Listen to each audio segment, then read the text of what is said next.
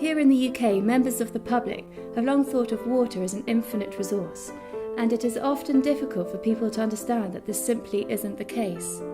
For most people, you just turn the tap on and the water's there. So what's the real problem?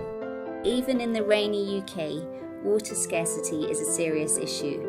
Everything from variations in rainfall patterns to the nature of the geology beneath your feet can dictate your level of access to water.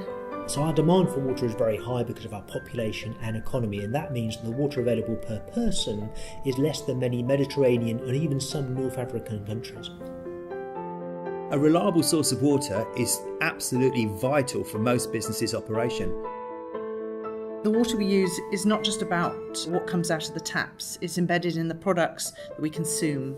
For example, it takes more than 2,000 litres of water to grow 1 kilogram of rice, 500 litres to grow 1 kilogram of potatoes. As well as population growth, economic development and shifting lifestyles are increasing stress on our water resources. If current consumption patterns continue, nearly half of the world's population will live in water-stressed areas by 2050. Businesses really know that without water, they're not going to be trading for very long. So by the 2050s, the best available science is saying that river flows could reduce by up to 80% at certain times of the year. In the UK, we are already seeing localised extinctions of some species in some river basins.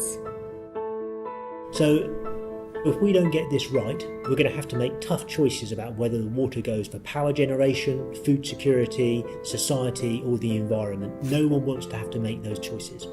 If we continue with our current behaviour, we will face serious global water shortages. We think that it's vital that people from different groups from food and drink supply chains come together, including retailers and farmers.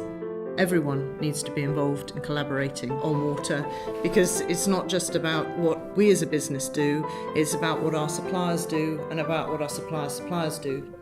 But it's also about what our customers do, and it's that realisation that we're all interlinked. There are many different approaches that need to be taken, from increasing the efficiency of water application, reducing consumption, thinking about how you use water, whether you are a consumer, whether you're a business, or whether you're a farmer. We need to link ecosystems with consumers so that they start to understand that what they're seeing happening in the river basin in their village is linked to the way that they use water in their home. We need to remember that we are simply borrowing water from the natural environment. Change comes from the top, so the first thing you must do is to have somebody on the board with responsibility for a water plan. In the future, access to water is likely to get less reliable than it is today, and therefore it's really important that companies understand their resilience to these future changes.